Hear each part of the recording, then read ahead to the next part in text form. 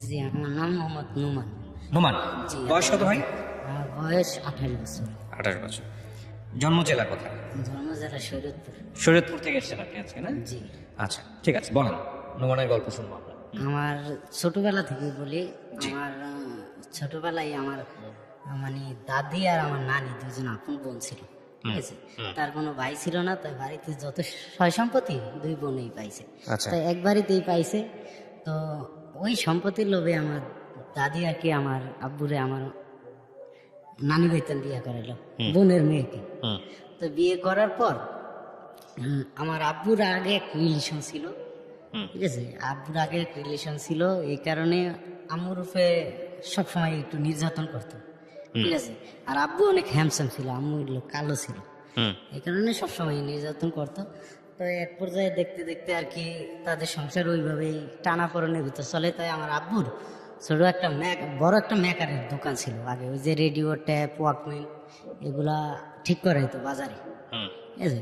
তো ওই দোকানে আমি প্রায় টাইমই ভাত লয়ে যাইতাম, প্রতিদিনই ভাত নিয়ে যাইতাম। তা গেলে দেখতাম কি আব্বু ওখানে বৈশা বৈশা আর কি ঠিক করে, ভালো টাকা ইনকাম করে। কিন্তু ভাত নিয়ে যাইতাম, কোনোদিন খাইতো কোনোদিন খাইতো না। তো মাঝে মাঝে ওই তেলের বোতল নিয়ে যাইতাম, চাউলের লিগে যাইতাম, এগুলার লিগে গেলেই ধমক দিত, ঠিক আছে। এগুলো দিত না, ধমক দিত। আর বাড়িতেও তেমন একটা আসতো না, কোনোদিন আসতো কোনোদিন আসতো না। আবার দোকানে দেখতাম ওই যে তাতাল গরম করে, আগে তো চুলায় গরম করতো, কারেন্ট ছিল না, ওই চুলায় দুধ দিয়া কি জানি শিরা রাইন দিয়া খায়, ওই ভাতও খায় না।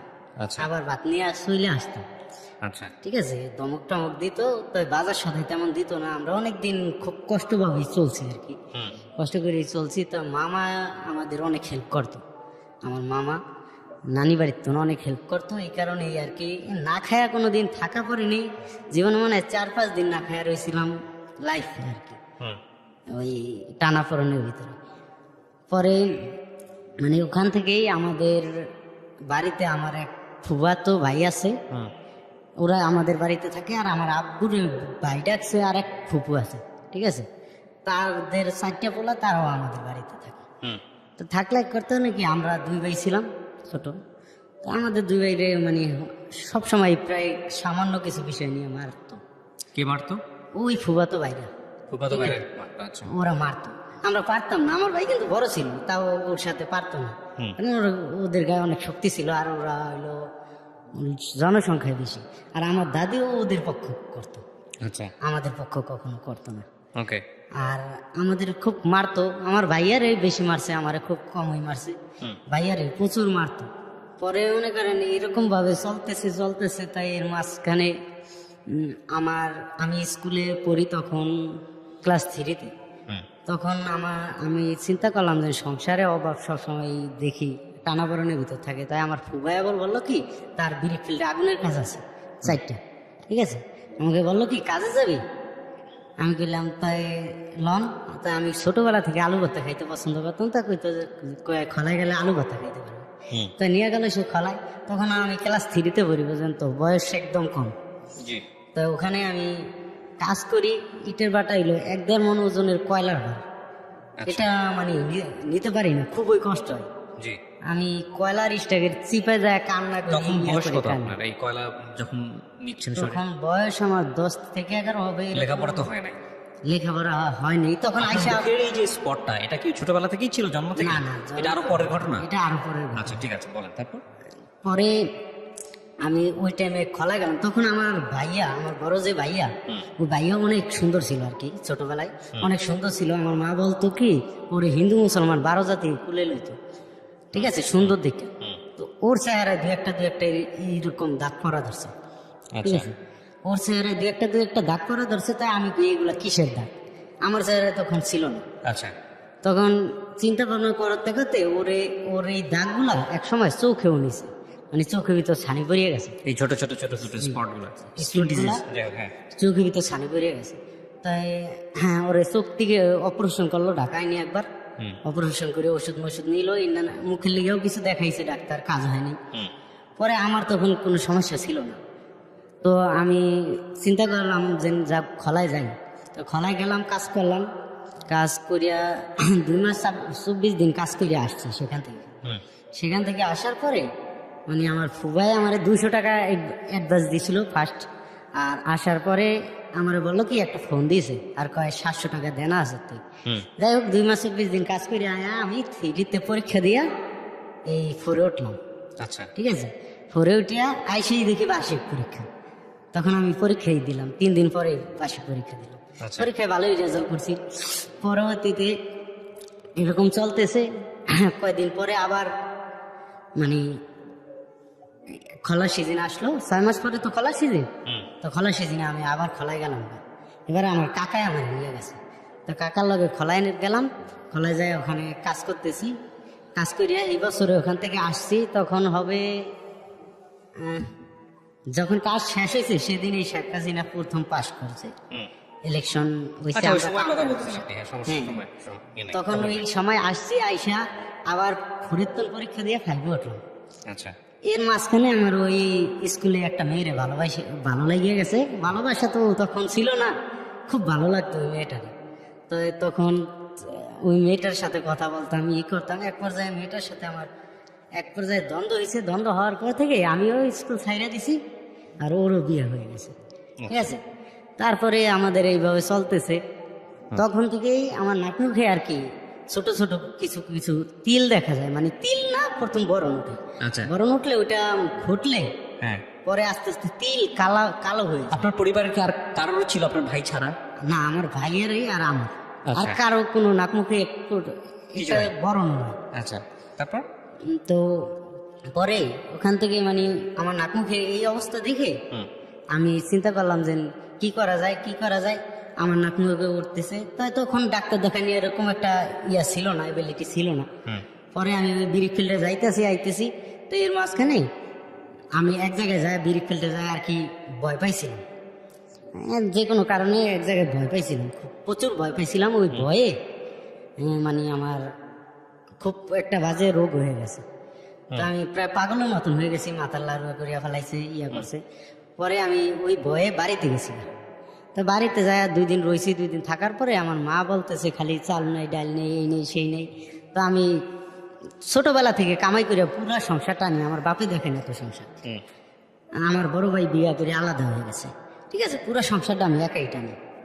তো আমি 4 দিন অসুস্থ হয়ে রয়েছি।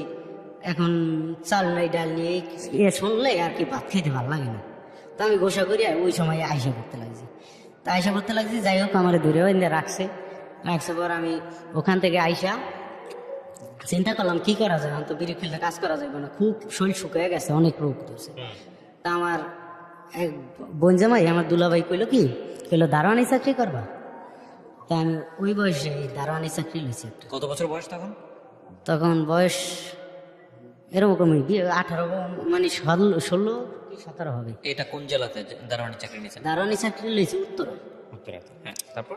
উত্তরা দারোয়ানি চাকরি লইছি, এস কোম্পানি থেকেই দিছে আমাদের। তো দারোয়ানি চাকরি লইছি, ওখানে দারোয়ানি চাকরি করতেছি। তো ওখানে করার পর ওখান থেকে 1 মাস পর ট্রান্সফার করলো আবার এই মালিবাগ মুসা। ঠিক আছে, এখানে আসলাম, এখানে এসে করতেছি। তো ওই দারোয়ানি চাকরিতে হয় না 6,000 টাকা বেতন। তাই এটা দিয়ে আমার সংসার কেমনে আমি চালাবো। তো এই কারণে পাশাপাশি আমি আবার আগে প্লাস্টিক কারখানায় কাজ করতাম, এই যে প্লাস্টিকের ঝর্ণা, শাওয়ার বানাই এগুলো। তো ওখান থেকে আমি কিছু কলাই না এই মার্কেটে সেল দিই। মানে দারোয়ানি চাকরি তো আমরা 2 শিফটই তো। তা ওই 8 ঘন্টা ডিউটি থাকে, যে একদিন 16 ঘন্টা। যেদিন 16 ঘন্টাও দিন পারি না, আর যেদিন 8 ঘন্টাও দিন মানে মার্কেটিং করি। করে দেখা যায় ওখান থেকে আমার ভালো ইনকাম হয়। আমি মাসে 8-10 হাজার টাকা বাড়ি পাঠাতে পারি, নিজে খায়া দেয়। আর ওখানে তো 6,000 টাকা বেতন, 8-10 হাজার টাকা বাড়ি পাঠাইতে পারি। তাই এইভাবে আমার চলতেছে। হঠাৎ করে মানে আমি একটা ঈদে আমার ছুটি দিব না, তারপর আমি ছুটি নিয়ে মানে আমি জোর করে দেশে গেছি, তাদের না বলে দেশে গেছি। 3 দিন রয়েছি। 3 দিন পর আইসি মতন কয় তোমার আর চাকরি আর নাই, তোমার লাগবো না, তোমার যাইতে না বলছি, তুমি গেছো। তখন চাকরি নেই, কি করব। তখন এখান থেকে আমি গেলাম আবার ওই কারখানায় গেলাম। কারখানায় যাইয়া এখন মিশিং চালাম, এরকম না, মার্কেটে মালের অর্ডার দিছে। তো মার্কেটে মাল দিয়ে গেছি। তো শুধু মার্কেটিং করে এখন পোষে না। মানে আগে তো চাকরি ছিল, চাকরিতে থাকা খাওয়া হইতো, এখন ঘর ভাড়া দিয়ে আর কি পোষে না। পরে আমি কি করবো, ওখান থেকে আমি সেই সময় খুব খারাপ দিন গেছে। যাই হোক এই সময় রক্ত বিক্রি করছি আমি খুব কষ্টে, নিজের শরীরে রক্ত বিক্রি করছেন? নিজের রক্ত বিক্রি করছিলাম ওই দিনটাই। তাই সেই সময় রক্ত বিক্রি করা মানে আমার এতই পয়সার অভাব ছিল? হ্যাঁ, আমার খুব অভাব ছিল তখন। এটা আমার বাড়িতেও জানে না, আজও জানে না, আমি কোনো কিছুই বাড়িতে বলি না। আচ্ছা। পরে যাই হোক, এরপরে আমি কারখানায় কাজ দিলাম, মার্কেটিং ছাড়িয়ে দিলাম, কারখানায় কাজ দিলাম, কারখানায় কাজ করতেছি। আবার 6 মাস পর ওই বিড়ি ফেলে। আমাদের প্রধান কাজ হলো আগুনের কাজ। আমাদের অঞ্চলে মানে কোনো নাই, তেমন একটা মিল ফ্যাক্টরি নাই যে মানুষ চাকরি বাকরি করবে। যেই কজন ঢাকা থাকে এই কজন ঢাকাই, আর যারা দেশে থাকে এরা ওই খলায় করে 6 মাস, আর 6 মাস বেকার ঘুরে পড়ে। ঠিক আছে। আর দেখা যায় কিছু লোক পানের বরে কাজ করে, কারণ কোনো ইন্ডাস্ট্রি নেই পুরো শরীয়তপুর জেলার মধ্যে, তো ইন্ডাস্ট্রি নেই কোনো, এখন নতুন করে হতে পারে আর কি। পরে কিছু করার নাই, এই কারণে আমি ওই 6 মাস ওই ব্রিক ফিল্ডে করি, এসে 6 মাস কারখানায় করি বা অন্য অন্য কাজ করি, কারখানায় বেশি করি। তো এইভাবে চলতেছে। তো এর মাঝখানে নৌসিন্দি খোলাই গেছি, একটা খোলাই ইটা খোলাই কাজ করতেছি। তো কাজ করার পর আমার এক বন্ধু আমার ফোন দিয়ে কয়, একটা মায়ের নাম্বার আছে ফেসাল, এই মায়ের নাম্বারে তুই এই মায়ের নাম্বারটায় আমার ব্লক মারিয়া দিছে। আমি একটু কথা কইছি, ব্লক মারিয়া দিছে, দেখ তো তুই কে, আমার কল দিয়ে একটু বকা দে। তাই এই জন্য আমার নাম্বার দিছে।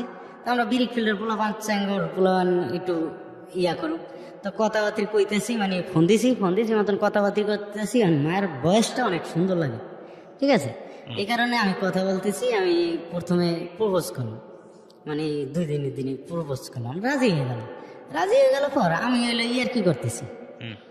3 দিনের দিন হঠাৎ কইরা ও ফোন দিয়ে আমার বলতেছে যে আপনি সিটারি করলেন কি আমার লাগে, আপনি বেইমানি করছেন, আমার ধোকা দিয়েছেন, কান্দে দিয়েছেন। আমি কি কারণ কি, আপনার পরিচয়টা আমি জানি, এই কথা কইছে মতন। মানে আমি কি হ্যাঁ জানছো, তো কি হয়েছে, কয় তাই আপনি আমার সাথে সিটারি করলেন, আপনি জীবনও আমারে নিবেন না। আমি কি না, আমি সত্যি তোমারে ভালোবাসি। তো সেই টাইমে আর কি ওর কান্না দেখে আমি ইয়া হয়ে গেছি, তখন আমি একটা দুর্বল হয়ে গেছি। আমি বলছি যে এরকম আমি তোমাকে সিরিয়াসলি ভালোবাসি। তাই আমাদের রিলেশন তখন চলতেছে, ঠিক আছে। ও বলার পর ওই খলায় থাকতেই আমি আমার বাবা মায়ের জানাইছি, ঠিক আছে, ওর বাবা মায়ের জানাইছে। তা আমার বাপ মায় দেখতে গেছে, মায়া পছন্দ হয়েছে, ওর বাপ মায় আমার বাড়িতে আইছে, হ্যাঁ গো সবার পছন্দ হয়েছে, ঠিক আছে। তো আমাদের বিয়ের দিন তারিখ কথাবার্তা চলতেছে। আমি কিন্তু খলায়, আমাকে কিন্তু দেখেনি। আচ্ছা। আমাকে দেখেনি, আর আমি না দেখা করে কথা বলতেছি। তো পরে আমি আসছি পরে আমার এই বাড়িতে নিয়ে গেছে পরে। যাই হোক, আমাদের বংশটা আবার একটু আগে বললে নাই, আমাদের বংশটা একটু বড় বংশ, ঠিক আছে, মানে বংশের নাম আছে। আগে চেয়ারম্যানই করছে তো আমাদের গোষ্ঠীর ভিতরে, আমার দাদা চেয়ারম্যান ছিল, এই জন্য বংশের একটু নাম আছে, তাই সবাই ওই নামে চিনি। আমাদের আর কি তেমন একটা চিনে না, কিন্তু ওই নামটা জানে, আমাদের বাড়ি এই বাড়ি। ওদের পছন্দ হইলো, পরে আমি গেলাম হেবাইতে দেখা করতে। প্রথম আব্বুরে পাঠাইছি মিষ্টি লইয়া, পরে আমি নিজেই গেছি, যাই দেখা করলাম। দেখা করিয়া ভালোই লাগলো। আসছি, আমার প্রধান গার্জিয়ান আমার নানা নানি, কারণ আমার বাপে তখন এখানে চাকরি করে, আমার বাপে এখনো একটা দারোয়ানি চাকরি করে, ঠিক আছে, এখানে ওই গ্যান্ডারি একটা দারোয়ানি চাকরি করে আমার বাপে। তাই আমি তখন করে জানাইলাম, ওখান থেকে আমি যায়া বিয়ার দিন তারিখ ঠিক হইলো, আমি আমার নানারে দেখাইলাম। পরে নানাই কইতেছি কি, এই মায়া নিলে আমাদের নানি বাড়ির কাছে, তো বলে আমাদের প্রেস্টিজ নষ্ট হবে, কারণ মায়ের বাপে আগে সুটপুটি ব্যস্ত বাজারে, দেখা যায় একটু ইয়া। তাই চিন্তা করলাম যে সংসারে লেগে জীবনে কিন্তু আমি অনেক কিছু স্যাক্রিফাইস করছি, কি বেজার। তারপরে আমি ওই তার কথা মতন আর কি আমি যাই হোক কইছে হ্যাঁ ইজ্জত নষ্ট হইব, আমি একটু ডিল দিয়ে দিলাম, ঠিক আছে। আর ওরাও আমাকে দেখার পরে কেমন জানি একটু ডিল দিয়ে দিল ওরাও। তখন আমাদের এটা, তখন আপনার চেহারার কি অবস্থা? চেহারা আমার পুরো এখন খারাপ, মানে ওই সময়টাতে চেহারা পুরো খারাপ? পুরাই খারাপ। আচ্ছা, এরকম। এখানে একটা জিনিস বলে নি প্রিয় দর্শক এবং শ্রোতা, ওর যে চেহারার যে স্কিনের যে ফোটা ফোটা বিষয়টা, আমি ডেফিনেটলি ওর ছবিটা আমি দিব না ফেসবুকে, আপনাদের শুধু একটু বর্ণনা করে বোঝাচ্ছি। এটা ওর জীবনে অনেক বড় ইম্প্যাক্ট তৈরি করেছে, হ্যাঁ। সো যে কারণে আমি বারবার ওই কোশ্চেনটা করছি ওকে। হ্যাঁ বলেন, তারপর? এই ঢিল দেওয়ার কারণটা কি ছিল? এটা আপনার ফেসের এরকম অবস্থা দেখে নাকি অন্য কোনো কারণ? ফেসের অবস্থা থেকেই আমার মানে প্রথমের আগ্রহ দেখাইছিল আমার বংশমর্যাদার দিকে তাকায়, পরে যখন আপনাকে আমাকে দেখে দেখছে, আর পছন্দ হয় না? আমাকে দেখে একটু নার্ভাস।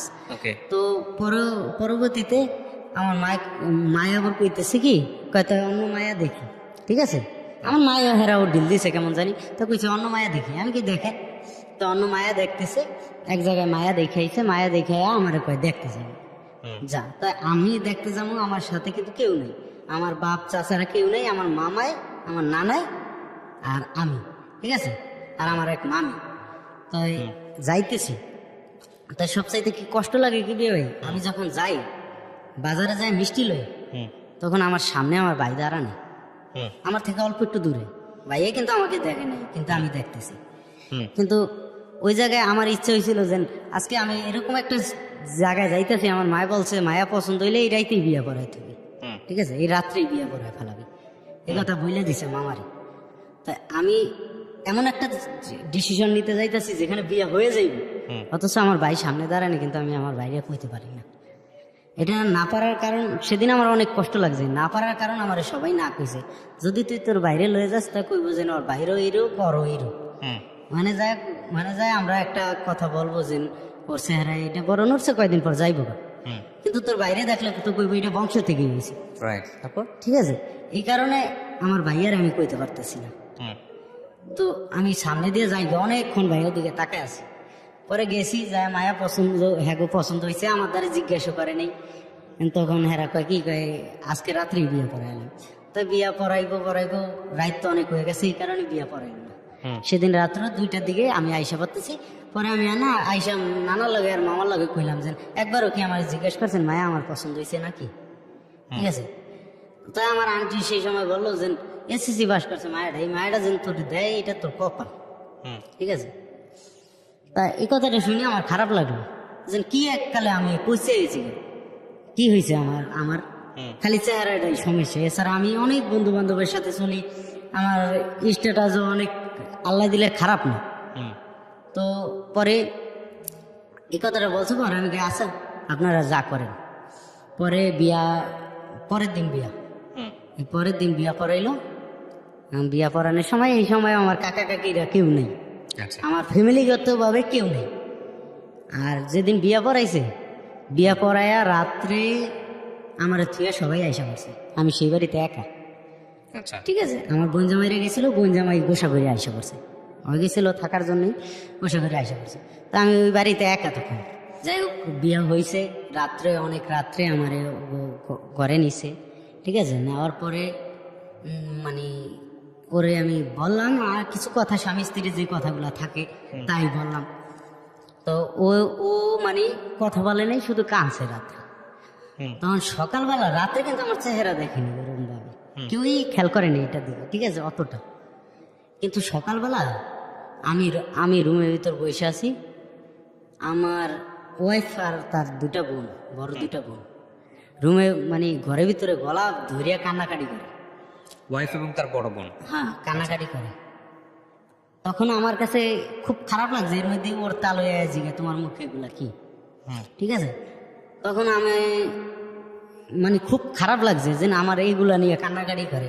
একটা জিনিস কি প্রিয় ভাই, যেমন মানুষের যে কুরবানি দেয় যখন গরু কিনে নিলে জিগে এই গরু কত ভাই, গরু কত, যত বাড়ি পর্যন্ত যায় অনেকেই জিগে, ওটা তো একদিনের ব্যাপার। আর আমার এটা সারা জীবনের ব্যাপার, আমি জীবনভর শুনতেছি, রাস্তা দিয়ে হাইটে গেল একজনে জিজ্ঞেস করে তো মুখে কি হয়েছে। এরপরে যেখানে যাই সে অচেনা মানুষও জিজ্ঞেস করে মুখে কি হয়েছে, কান্নাকাটি করে। তারপর কি হলো? তখন কান্নাকাটি করে, তখন আমি বলছি কি এটা কোন ট্রিটমেন্ট করবো না, আমি কি ট্রিটমেন্ট আমি নিতেছি। আমি তখন ডাক্তার কুকালিতেন মানে এই পিজি হসপিটালে, ঠিক আছে। তার কাছে অনেক খরচ, আমি প্রায় 50-60 হাজার টাকা খরচ করছি এখানে এই বিড়ি ফিল্ডে কাজ করিয়া, ঠিক আছে। পরবর্তীতে সেখান থেকে যাই হোক ওই কান্নাকাটি করে, পরে আমি ওখান থেকে আয়সা বললাম আমাদের বাড়িতে, আয়সা ওরে আবার কলেজে দিয়েছি। পরের দিন সকালবেলা কলেজে যাবে, ইন্টারে পরে তখন কলেজে যাবে সকালবেলা, রাত্রে বিয়ে হয়েছে, সকালে কলেজে যাবে। আমাদের কিন্তু কোনো কিছুই হয়নি, স্বামী স্ত্রীর যে রিলেশন হয়নি, তাই কলেজে যাবে। আচ্ছা কলেজে যাইবো, তো আমি 200 টাকা ওর হাতে দিয়ে দিছি আর একটা ছাতা কিনিয়ে দিছি। দিয়ে আমি গাড়িতে উঠে ওকে দিয়ে আমি আমার বাড়িতে গেছি। তো সন্ধ্যার দিকে আমি আমার বাড়ি থেকে, সন্ধ্যায় না আসরের দিকে আমি আমার বাড়ি থেকে আসতেছি ওদের বাড়ির উদ্দেশ্যে। তো পথের মাঝে আমার একজন ফোন দিল। ফোন দিয়ে কইতেছে, আপনি কি মুক্তার হাসবেন? আমি বললাম হ্যাঁ। কয় আমি কিন্তু আপনার ওয়াইফের সাথে আমার আগে রিলেশন ছিল, আমাদের কাছে অডিও ভিডিও আছে, তেন নানান কথা, ঠিক আছে, আপনি কিন্তু ওরে ছাড়িয়ে দেন। আমি বললাম যে ভাইয়া, প্রেম ভালোবাসার এটির বিরোধিতা তো আমিও করি না, আপনার যদি পছন্দ থাকিয়া থাকে, রিলেশন থাকিয়া থাকে, আপনি বলেন ওদের ফ্যামিলিতে আইসা, নাইলে আপনার যদি ভয় করে তো এখন আসেন, আমি আসি, আমি কথা বলে দেবো, ঠিক আছে, আপনি আসেন। না, ও উল্টাপাল্টা কথা বলে, বকাবকা করে। যাই হোক, তারপরে আমি কাইটে দিছি, কাইটে দিয়া এখন আমি আমার ওয়াইফের কাছে রাত্রে যাইয়া জিজ্ঞেস করি যে এরকম এরকম একটা নাম্বারে আমার ফোন দিল, ওর মায়েরও বলছি, বাপেরও বলছি, আর মা বাপেরও বলছি, এরকম এরকম ফোন দিয়ে বলতেছে, ওর নাম বলে, সবকিছু বলে, ডিটেলস পুরো বলে, ঠিক আছে, যে এই ব্যাপার, তো এটা কি করবে? পরে কয় না, অন্যরে কথা বলতে বলি, কয় বলবো না কথা। তো যাই হোক, হেরা ওই কথায়, আমার কথায় কোনো গুরুত্বই দিল না হেরা। তো ওখান থেকে রাত্রে আমি রয়েছি, আমাদের কিন্তু তখনও ইয়া হয়নি, এবং কি বিয়ের পরে 12 দিন পর্যন্ত স্বামী স্ত্রীর সম্পর্ক হয়নি, এক বিছানায় শুয়েছি, একসাথে শুয়েছি, ঠিক আছে। তো আমার কইতেছে কি, আমার আগে রিলেশন ছিল, আমি যার সাথে রিলেশন করতাম সে ঢাকা থাকে, বিদেশে থাকে, ঠিক আছে, আমার আগে রিলেশন ছিল। তাই আমি বললাম যে তাই রিলেশন থাকলে তুমি জোর করিয়া কি তোমার বিয়ে দিছে? কয় হ্যাঁ, বহু জোর করিয়া বিয়ে দিছে, এখন কি করতেছ? কয় এখন যা হওয়ার হবে। আমি কই না, আর 7 দিন পর আমার তোমাকে উঠায় নিবে, এখন যদি তুমি যাও কথায় উঠায় নেওয়ার এই খরচটা, আমরা গরিব মানুষ, এত খরচ করে তো আর লাভ নেই, উঠায় নিতে গেলে তো 50-60 হাজার টাকা খরচ, এত করে তো আর লাভ নেই। পরে বললে যে না, আগে উঠায় নেও, পরে বুঝো, মানে পরে কি বুঝবা, আগে সিরিয়াস কথা বলো। এখন বলে কি, কয় আমার বিয়ে দেওয়ার কারণ কি জানো? কয় আমার ওই যে ভাবি চলে গেছে, আর বড় ভাই বউ চলে গেছে, যায় তার বড় ভাইয়ের নামে আর কি মামলা দিছে, নারী নির্যাতন মামলা দিছে। তো এই মামলার 2 নম্বর আসামি হয়, ঠিক আছে, এই কারণে ওর ঝটপট বিয়ে দেওয়া, ঠিক আছে। তো ও এই কথাটা বললো, তখন বললো মতন এইসব কথা যদি আমি বাড়িতে বলি, কি ভাই হবে কি, আমার বাড়িতে হলো আমার আম্মুর উপরে সবাই আরোপ লাগাইবে, আমার ভাই বোনেরা সবাই বলবে যে মায়ে যে কারণ আগে একটা বোন বিয়ে দিছে, হেনে একটু যায় ঝামেলা হয়েছে, তো মায় মাতবরি করে একা দিছে, আব্বু ছিল না, ভাই ছিল না, কেউ ছিল না, তো মার উপরে আরোপ লাগবে, এই কারণে এই কথা আমি কারোর বলি না, আমি চুপ করে থাকি। তো আমার বাড়িতে ওরে উঠে আনলো, উঠে আনার পরও কিন্তু আমাদের ওই সম্পর্কটা হয়নি। তাই উঠে আনার পর ওরে করলো নাকি, ওই এখন আইসা 2 দিন না যাইতে, মানে ওই বোরকা করিয়া একদিকে যায় না, যখন একদিকে যায়, যাওয়ার সময় আমার মায়ের কয়ে যায়, মা আমি একটু গেলাম, বা আমি আমাকে বাড়িতে যাই, বাজারে যাই, বোরকা পরার পরে খুব বলে। কিন্তু আমাদের গ্রাম অঞ্চলের রীতিনীতি আছে, একটা বউ যদি সংসার থেকে যায়, বাইরে কোথাও যায়, তা আগে শাশুড়ির অনুমতি নিবা, ওই জায়গায় যায়, মা আমি কি যাইতে পারি? যদি কয় যাও, তাইলে বোরকা পরবো, ঠিক আছে, আর বোরকা পরিয়া কয় আমি যাই, তখন কি ওরে আটকায় রাখা যাইবে? তো এগুলা নিয়ে সংসারে মায়ে প্রায় টাইমই মন খারাপ করতো। আর মায়ে আমার বোনেরা নাস্তা বানাইতো, হয় ঘুম থেকে উঠতো 10টার দিকে, ঠিক আছে, রাত্রে ঘুমাইতো না, 10টার দিকে ঘুম থেকে উঠতো। তা আমরা হইলাম গরিব মানুষ, আমরা কি এগুলা সহ্য করতে পারি, এগুলা দেখতে পারি? আর আমার মার কষ্ট ওইটা তো আমি মোটেও দেখতে পারি না। তা আমি সকালে ওরে জাগাই দিতাম, জাগাই দিলে উঠলে হয় কি, গার উপরে পড়িয়া যায়, আবার পাক্কা এগুলা মাথায় ঠিক রাখতে পারি না, মাথা ব্যথা করে, একদিন পেট ব্যথা করে, এই করে সেই করে, নানান জিনিস। তো দেখতে দেখতে গায়ে হাত তুলি না, প্রথম গায়ে হাত তুলি না, দেখতে দেখতে দেখা যায় ওর ওই বাইরকে মামলাটা শেষ হয়েছে, মানে শেষ হয় নাই, কিছুটা বাকি আছে, এর মধ্যে ওর বাইর লিগে মায়া দেখে। তো মায়া দেখতেছে, আমি ওখানে যাইতে আর নিষেধ করি মায়া দেখতে, কিন্তু ওই যায়। তো একদিন আমার এরকম বলে কি, বলে চলো আমি একটু আমাকে বাইতে যাই, আমার একটু গাড়িতে উঠে দেয়। তো গাড়িতে উঠে আমি দিতে চাইতেছি লুঙ্গি পরা, আমার কয় না লুঙ্গি পরি না, প্যান্ট পরি। তো আমি প্যান্ট পরে গেলাম পর বাজারে গেছি মতন আমার গাড়িতে উঠেছে, উঠে কয় চলো আমার ওই নাগেরপাড়া বাজার পর্যন্ত দিয়ে গেল। তো তাই না, বাজার পর্যন্ত গেলাম, গেলাম পরে আমি দেখি কি একটা গাড়ি দিয়ে আমার শ্বশুরে আর আমার বাইরে আর আমার সম্বন্ধী আইছে, সাথে শালি আছে। তাই আর আইসে মতন আমার টান দিয়ে গাড়িতে উঠে লয়ে গেছে, অনেক দূরে গেছে, যায় মায়া দেখতে গেছে। সেখানে যায় আর কি, আমি মায়া দেখতে পছন্দ করি না, কি লিখে মায়া দেখাটা এখন তাই মামলা শেষ হয়নি, যদি ফিরিয়ে কোনো ঝামেলায় আমি করিয়া যাই এই জন্য।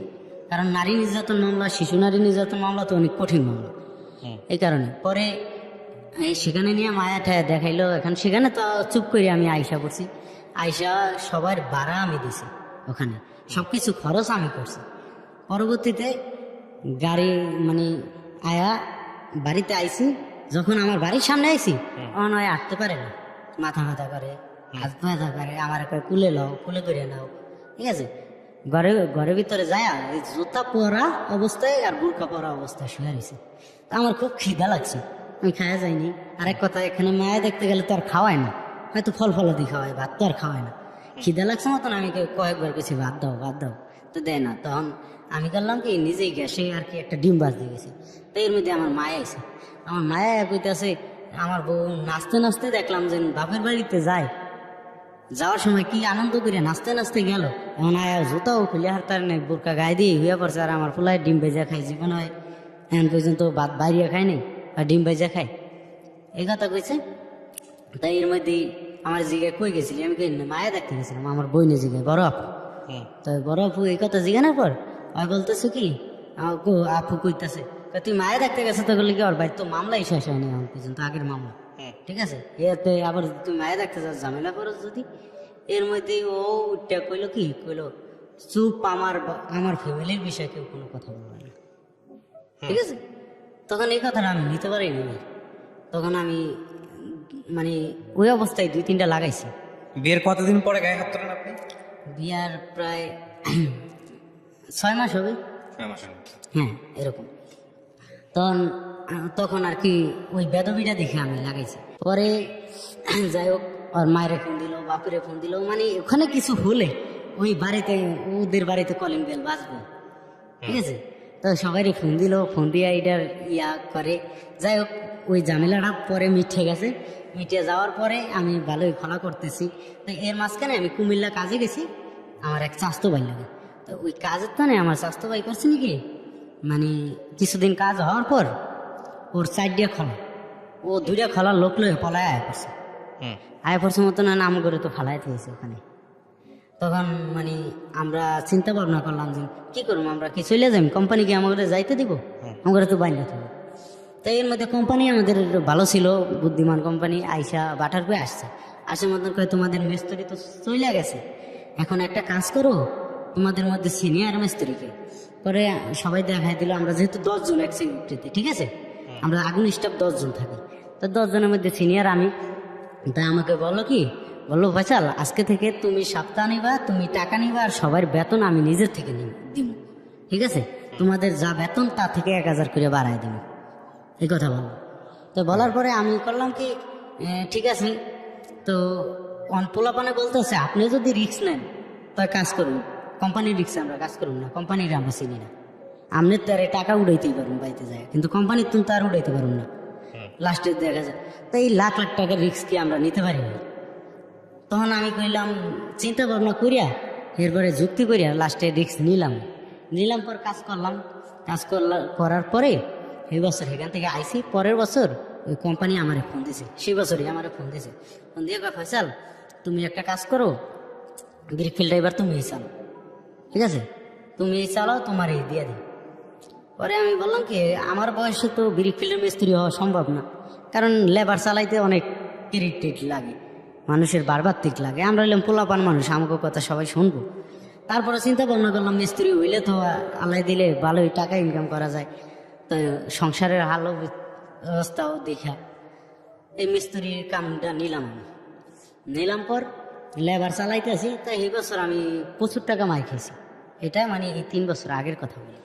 তো এখানে আমার ওয়াইফের কিছু কথা বলতে চাই আমি। আমার ওয়াইফের প্রথম কথা হলো, আমার ওয়াইফ খুব মিথ্যা কথা বলে, মানে ও একদিন আমার ফোন দিয়ে বলতেছে কি, তুমি কি আমার থেকে 500 টাকা নিয়েছো?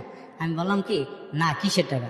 কয় আমি তো 500 টাকা খুঁজে পাই না। আমি বললাম কি, তোমার টাকা দিয়ে কালকে তুমি নাকের ডাকিয়েছো, মনে নেই তোমার? পরে বলে কি, হ্যাঁ মনে পড়ছে তো। এর মধ্যে না না, শোনেন, এগুলো সংসার জীবনে খুব টুকটাক বিষয়, এগুলো খুব বড় কোনো বিষয় না। তার আগে আপনি আমাকে বলেন, সংসারটা কি আপনার এখনো আছে নাকি সংসার ভেঙে গেছে? না, সংসার আছে, সংসার থাকলে আপনি তবে দেখে সবচেয়ে দেখে প্রবলেমটা হলো কি, প্রবলেমটা হলো কি, আমার এই কিছুদিন আগে আমি যখন বাড়িতে আমি খুব খুব নিয়ে আছি, কারণ জানেন তো এখন বিড়ি ফিল চলে না, কয়লার দাম বাড়িয়ে গেছে, এই কারণে বিড়ি ফিল এখন চলে না, টাকা পয়সা দিয়ে খুব সমস্যায় আছে আমি। আর আমাদের কোনো কাজও নেই, আমি এখন 500 টাকা রোজের টাইসের কাজ করি ভাই। তো আমার ওয়াইফে আমাকে বললো কি, যে তুমি একটা কাজ করো, গেঞ্জির ব্যবসা করো, ঠিক আছে? তা আমি রাজি হয়ে গেলাম। তা গেঞ্জির ব্যবসা করতে তো টাকা লাগবে, তা আমি 20,000 টাকা আমার মারতে জমিনের উপরে নিছি, আর 50,000 টাকা কিস্তি উঠানোর জন্য একটা কিস্তিতে নাম দিছি। তো নাম দিছি মতন আমার পকেটে শুধু 3,000 টাকা আছে, আমার বড় ভাই তো না আছে। এই 3,000 টাকা দিয়ে আমার ওয়াইফ কিস্তি উঠাইতে গেছে, ঠিক আছে, বাপের বাড়ি কিস্তি উঠাইতে গেছে, আমি যা গাড়িতে উঠাই দিয়েছি। তো ঘরের চাবিটা যে নিয়ে গেছে, এটার ওরও মনে নেই, আমারও মনে নেই, ঠিক আছে? তখন আমি ওরে ফোন দিছি, যে দেখো আমি এরকম এরকম উদাম গায়ে খালি পাই বাইরা ঘুরতেছি, তুমি একটু আসো চালু করিয়া। আমি তো না খাইও রয়েছি, কিছু রাইন দিয়ে থুয়ে যাওনি। ও আসেনি, সকালেও আসেনি, বিকালেও আসেনি। তো রাইত হয়ে গেছে, পরের দিন সকালে আমি ফোন দিলাম, তুমি আসো। মায়ে এসে বাড়িতে, মায়েও ঘরে ঢুকতে পারতেছে না, ঘর তালা দেওয়া। ওই আসে না পর আমার মায়ে ওর ভাইয়ের কাছে বিচার দিল, যে তোমার বই নিয়ে এরকম এরকম কীর্তি করে, চাবিটা লয়ে গেছে, বলে না খায় ঘুরতে আছে, কাহিনী কি? এই কথা কইছে না তো, ওর ভাই কয় কি কয়, হ্যাঁ তো একটা সালিশি বসানোর দরকার। তা আমি কি, আজব ব্যাপার, ভালো সুস্থ সংসার, কিছু হয় নাই, সালিশি বসাইব কিছু? আমি এই কথা শুনিয়ে রাগ কাইটে দিছি। তো কাইটে দেওয়ার পরে আর কি আমার বলতেছে কি, যে বিকালবেলা আমি ফোন দিয়েছি, কই তুমি আসো। কয় আমি আসুন না, তোমার মায়ে আমার বাড়ির কাছে বিচার দিল, কয় এটার আগে বিচার হইব, এরপর আসো, ঠিক আছে? এই কথা বলছে পর আমার মাথা গরম হয়ে গেছে, আমি বকাবকি করে এই রাত্রে ও বাড়িতে আমি গেছি। যা আমি চিন্তা করছি যে আমি আমার পোলাডারের লোমু আর চাবিটা লোমু আয় করতে লাগুন, তখনই আমার শ্বশুর শাশুড়ি দলে জিগাইবা আমার কি হয়েছে বুঝলেন। তখন আমি বলবো যে এরকম এরকম আপনার মায়ের চাবি লয়ে আয় করছে, আরও কীর্তি কারবার খুলে করবো সব কিছু। তা আমি যাই, আমার যেরকম কথা, আমি যাই আমার পোলাডারে কুলে লইছি, আমার বাচ্চাটারে, আমার একটা বেবি আছে ফুটফুটে, আমার বেবিটারে কুলে লইছে মতনই আমার শাশুড়ি এইভাবে হাতটা ধরছে, মানে ওর হাতটা লাগে ভাঙ্গিয়া যায়। তখন আমি রাগ হয়েছি মতন হেরা করছে নাকি, আমার গায়ে হাত তুলে আমার বাইর করে দিয়েছে ঘর থেকে বাইর করে দেওয়ার পরে মেম্বার চেয়ারম্যান খবর দিব, এই করবো সেই করবো। তখন রাত 2টা পর্যন্ত আমি ওখানে ছিলাম। 2টার পরে আমি আয়সা করছি, বাড়িতে আবার হেকু হইব, এই কারণে বাড়িতে জানাইনি। আমি রাস্তা দিয়ে আর কি রাস্তায় রাতটা কাটাই দিছি। সকালবেলা আমি বাড়িতে আইসি, বাড়িতে ভালো থাকতেছি। তো 2 দিন পরে মায়ের কী মা লোকজন পাঠান লাগবো তো, নাইলে আইব না, আম্মাকে করে পাঠান। তো মায়ে আমার শ্বশুর বাড়িতে যায় না, কারণ আমার বউ অনেক বছর ধরে আমার মায়ের মা কই ডাক দেয় না, 1.5 বছর হয়ে গেছে। আচ্ছা, প্রথম কথা হচ্ছে আপনাকে আমি একটু থামাচ্ছি। আপনি গল্পটা কেন বলতে চাচ্ছেন রেডিওতে? লাখ লাখ মানুষকে কেন আপনার স্ত্রীর গল্পটা শোনাতে চাচ্ছেন? শুধু এতটুকু আমাকে বলুন। লাখ লাখ মানুষের আপনার ঘরের গল্পটা কেন শোনাতে চাচ্ছেন? শোনানোর একটা কারণ কি জানেন ভাই? প্রথম কারণ হলো, আমার এটার মধ্যে আসার 3টা কারণ। একটা সত্য কারণ হলো যে আমার এই মুখের দাগের কারণে, ঠিক আছে, আমার সংসারটা যে কোনো মুহূর্তে ভাঙিয়ে যাওয়ার একটা হুমকি। ডাক্তার কারণে যে না, আপনাদের এখানে আসার উদ্দেশ্য অনেক সময় দেখছি অনেক কিছুর সায়েন্টিস্ট ডাক্তার আপনারা বলেন, ঠিক আছে, আর আমার এরকম কোনো গাইডলাইন নাই যে আমার একটা ডাক্তার দেখাবে। আচ্ছা, এটা একটা কারণ। আরেকটা কারণ হলো, আমি মানে একটা কারণ হলো এটা, আমার ভাবি, ঠিক আছে, আমার ভাবি আর আমার ভাই যখন আমাদের সংসার থেকে গেছে, মানে ওদের বাড়ি থেকে গেছে, তখন আমার বাইরে আর বাবির মধ্যে আমি একটু হয়েছিলাম, মানে আমার বাবি যে আমার ভাই মারতে চাই, ওই জায়গায় আমি সারাই দিতে গেছিলাম, ঠিক আছে। তো ঘরের ভিতরে আমি সারাই দিতে চাইছিলাম, আমি বাবির ওই দরজা দিয়ে বাইরে করে দিতে চাইছিলাম। তো ওর বাড়ির সবাই কইছে যে আমি ওর বাবির গায়ে হাত তুলছি, ঠিক আছে, বুঝলেন? এই কথাটা মানে এটা যে মিথ্যা কথা, এটা আপনি বলতে আসছেন, এটা আজ পর্যন্ত কেউ আমি স্বীকার করাইতে পারিনি, এবং কি কারো কাছে বললেও আমি বিশ্বাস করি না। আরেকটা কারণ বলেন, আরেকটা কারণ। আর 3য় কারণ হলো কি, যে আমি এখন খুব অভাবে আছি, ঠিক আছে, টাইসের কাজ করতেছি, এটা দিয়ে আমি আমার রুম ভাড়া দিয়া আমি ঢাকা শহর থাকার মতন এবিলিটি নাই, কিন্তু এমনি একা চলতে পারি। বাড়িতে টাকাও পাঠাইলে, বাড়িতে বউ যদি থাকে তো ঠিক মতো কারণটা চলে। বলেন, এক্সাক্ট কারণটা বলেন। কিন্তু বউ বাড়িতে থাকতে চায় না, হ্যাঁ ঢাকা আইব, নাইলে আমার সংসার করবো না। ফাইনালি বইলা দিছে, ঠিক আছে, সে ঢাকা আসবে, নাইলে আমার সংসার করবে না। এখন ঢাকা আইনে তার চাকরি দিব একটা বা কিছু করব, এরকম কোনো এবিলিটি আমার নাই। আচ্ছা, আমি আপনাকে বলি, আপনি এতক্ষণ বলছেন তো আপনার মূল কারণের জায়গাটাই হচ্ছে আপনার ফেসের যে সমস্যাটা। হ্যাঁ, এটা হচ্ছে আপনার সবচেয়ে বড় সমস্যার জায়গাটা। আপনি শুরু থেকে এটার জন্য অনেক সাফার করছেন। এই ফেসের কারণে জীবনে অনেক কিছু আমি হারাইছি। রাইট। এরকম হয়েছে, লঞ্চের ভিতরে আমি বসতে গেছি, ঠিক আছে, আরেকজনের পাশে বসি, আমার এই ফেসের এই অবস্থা দেখে মনে করছে আমি হিরোন ছি না গাঞ্জাটি। আমি কিন্তু হিরোনও খাই না, জীবনে গাঞ্জাও জীবনে ধরিনি, অথচ এর পাশে আমার বসতে দেবে না। আমি এই যে এতনি বড় হয়েছি না, এই জীবনে একটা বিয়ে খাইছি। আমার এত বন্ধু বান্ধব, আমার এত ভালোবাসে আমারে, কিন্তু কোনো অনুষ্ঠানে আমার নেয় না, ঠিক আছে, কষ্টকর, শুধু আমার এই ফেসের কারণে। খুবই কষ্টকর। আমি আপনাকে একটা কথা বলি ভাই, কিছু মনে করেন না। যেটাতে আপনার হাত নাই, হ্যাঁ, সেটা মেনে নেওয়াটাই উত্তম। এখন আপনি বলতে পারেন যে এটা তো আপনার দোষে হয় নাই, আজকে যে চেহারার মধ্যে যে জিনিসটা হয়েছে এটা আল্লাহ দিছে আপনাকে। কেন হয়েছে, কিভাবে হয়েছে আপনি জানেন না, আপনি আপনার সামর্থ্যের মধ্যে ট্রিটমেন্ট করতেছেন, ঠিক আছে, আর আপনি সমাজ বদলাইতে পারবেন না রাতারাতি। এখন জন্মগত যদি হতো তাহলে আমার চেষ্টা করতাম না, যে জন্ম আমি থেকে বলি আল্লাহ- আপনাকে, শেষ করি, সেটা হচ্ছে আপনি যেভাবে চেষ্টা করে যাচ্ছেন আমরা নিজেরাও জানি না এটা আসলে স্কিন ডিজিজের ক্ষেত্রে কে আপনাকে হেল্প করতে পারবে ভালো, বাট আপনার তরিকায় আপনি চেষ্টা করতে থাকেন, এটা হচ্ছে মূল কথা। আর আমি আপনাকে যে কথাটা বলতে পারি, পুরো গল্প শুনে ধরেন আপনি পৃথিবীর বিখ্যাত বিখ্যাত ডাক্তার দেখাইলেন, কিন্তু রোগ ভালো হইল না, হইতে পারে তো, হ্যাঁ হতে পারে। পারে কিনা? তো যদি নাই হয় রোগ ভালো, তাহলে এটা নিয়ে অভিযোগ করে লাভ আছে? না, তারপরে মানে আপনাদের পুরো দুনিয়াটা চেঞ্জ করতে পারবেন? চেঞ্জ করতে পারবো না, কিন্তু পুরো আমাদের দুনিয়া চেঞ্জ করতে পারবেন না, আপনি নিজেকে চেঞ্জ করতে পারবেন। নিজেকে চেঞ্জ করাটা জরুরি। যেটাকে আপনাকে আল্লাহ দিয়েছে আপনি সেটাকে ভালোবেসে ফেলেন। আল্লাহ যদি এটা এইভাবে সন্তুষ্টি থাকে, আপনি তো আল্লাহ বিশ্বাস করেন মানুষ নাকি, আল্লাহ যদি এতে সন্তুষ্ট থাকে আপনি এটাই সন্তুষ্ট থাকেন, এটার মধ্য দিয়েই হয়তো কোনো একটা ভালো কিছু হবে। এভাবে চিন্তা করেন, আপনি যদি ভালোভাবে চিন্তা করেন ভালো কিছুই হবে, ঠিক আছে, এই হচ্ছে বিষয়। আর দ্বিতীয় কথা হচ্ছে যেটা, যে আমি অবশ্যই মনে করি আপনি আপনার সামর্থ্যের মধ্যে চেষ্টা করতে থাকেন। আপনার এই মুখের বিষয় নেই, কে আপনাকে সাজেস্ট করবে কোন ডাক্তারের কাছে যাবেন, তারপরে দেখা গেল আরো খারাপই হয়েছে, তখন কি হবে? এখন যেটা আছে সেটা তো মোটামুটি আলহামদুলিল্লাহ ভালোই, খুব একটা খারাপ অবস্থায় নেই, এর থেকেও তো খারাপই হতে পারে। হতে আমি এমন একজন মানুষকে ইন্টারভিউ করছিলাম, আমি জানি না উনি আজকে শুনতেছে কিনা, ওনার অসুখের নাম হলো অ্যাক্রোমেগালি, সম্ভবত অ্যাক্রোমেগালি নাকি এই জাতীয় নাম। চেহারা পরিবর্তন হয়ে যায়, মানুষ থেকে দানবের মতো দেখতে। সে অবশ্য উল্টা ঘটনা, তার বউ পাইছে সে পৃথিবীর সেরা বউ, তার তার দৃষ্টিকোণ থেকে সবাই ছেড়ে যেতে পারে, তার বউ কখনো চাইবে না, কিন্তু আপনার ক্ষেত্রে অন্যরকম হয়েছে। এটাও একটা অভিজ্ঞতা। আমি আপনাকে নিরাশ করবো না, আমি আপনাকে বলি সেটা হচ্ছে আপনি চেষ্টা করেন, যেহেতু এখন পর্যন্ত এই জায়গায় আসতে পারছেন, বাকিটুকুও আপনি পারবেন ইনশাল্লাহ। তবে ভালো ভাবলে ভালো হবে, এটা হচ্ছে বিষয়।